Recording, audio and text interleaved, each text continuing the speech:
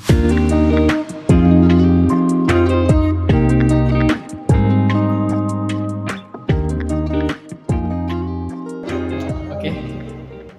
Assalamualaikum warahmatullahi wabarakatuh. Sebelumnya, perkenalkan, saya Najib Alif Hidayatullah, mahasiswa dari UIN Syarif Jakarta, jurusan Pengembangan Masyarakat Islam, kelas 2B. Di sini saya akan menjelaskan materi tentang konteks komunikasi. Nah, video ini saya buat untuk memenuhi tugas dari UAS mata kuliah pengantar ilmu komunikasi. Nah, sebelumnya apa itu sih komunikasi? Oke, jadi komunikasi itu secara umum merupakan proses interaksi untuk menyampaikan pesan, pemikiran, perasaan, atau informasi antara dua pihak atau lebih. Kemudian proses ini tidak hanya terjadi secara verbal saja, akan tetapi juga non-verbal atau melalui bahasa tubuh, simbol atau isyarat. Nah, itu juga bisa disebut dengan komunikasi.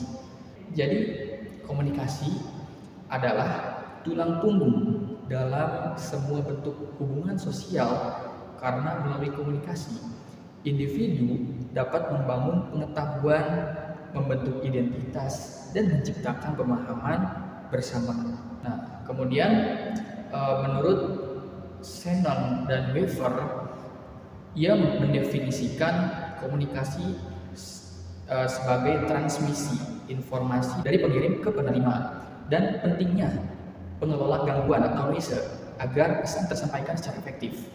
Oke, nah di sini ada 7 konteks jenis komunikasi. Yang pertama adalah komunikasi intrapersonal. Kemudian yang kedua ada komunikasi interpersonal. Yang ketiga ada komunikasi dalam kelompok kecil. Kemudian yang keempat komunikasi organisasi. Yang kelima komunikasi publik atau disebut juga retorika. Kemudian yang keenam itu ada komunikasi massa. Yang ketujuh ada komunikasi lintas budaya atau disebut dengan istilah cross cultural communication. Nah, 7 jenis konteks komunikasi ini secara yang pertama itu tadi komunikasi intrapersonal. Nah, komunikasi intrapersonal ini didefinisikan sebagai proses komunikasi yang terjadi dalam diri seseorang. Ini melibatkan refleksi diri, berpikir, dan proses internal seperti penilaian atau evaluasi pengalaman pribadi, evaluasi sendiri. Nah, selain dari komunikasi intrapersonal, ada juga komunikasi interpersonal. Tadi intra, sekarang inter. Bedanya, komunikasi intrapersonal itu untuk pribadi, sedangkan komunikasi interpersonal itu adalah proses pertukaran pesan antara dua individu yang terjadi secara langsung, baik secara tatap muka maupun melalui saluran komunikasi lain seperti telepon atau platform digital. Nah, jadi bedanya intra itu untuk diri sendiri, sedangkan interpersonal itu dengan orang lain. Kemudian jenis komunikasi selanjutnya adalah komunikasi kecil. Nah, komunikasi kecil ini definisinya adalah ketika dalam suatu kelompok yang terbatas, biasanya terdiri dari 3 sampai 15 orang. Interaksi dalam konteks ini bersifat intensif dan kolaboratif dengan tujuan mencapai kesepahaman atau penyelesaian tugas bersama. Kemudian ada komunikasi organisasi. Nah, di komunikasi organisasi ini mengacu pada interaksi yang berlangsung dalam struktur organisasi, baik formal, misalnya komunikasi antar departemen dalam suatu lembaga, maupun informal seperti komunikasi antar rekan kerja yang terjadi secara spontan. Kemudian komunikasi selanjutnya adalah komunikasi jenis publik atau disebut juga dengan retorika. Nah, komunikasi ini didefinisikan sebagai bentuk komunikasi satu arah di mana seorang pembicara menyampaikan pesan kepada khalayak yang lebih luas. Pesan yang disampaikan biasanya bersifat persuasif atau ajakan dan sering dipertimbangkan dalam kerangka strategi retorika. Kemudian selanjutnya ada komunikasi massa.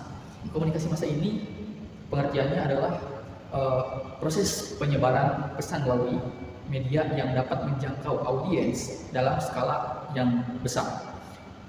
Media ini meliputi televisi, radio, surat kabar, dan internet yang memungkinkan penyampaian pesan secara simultan kepada jutaan orang.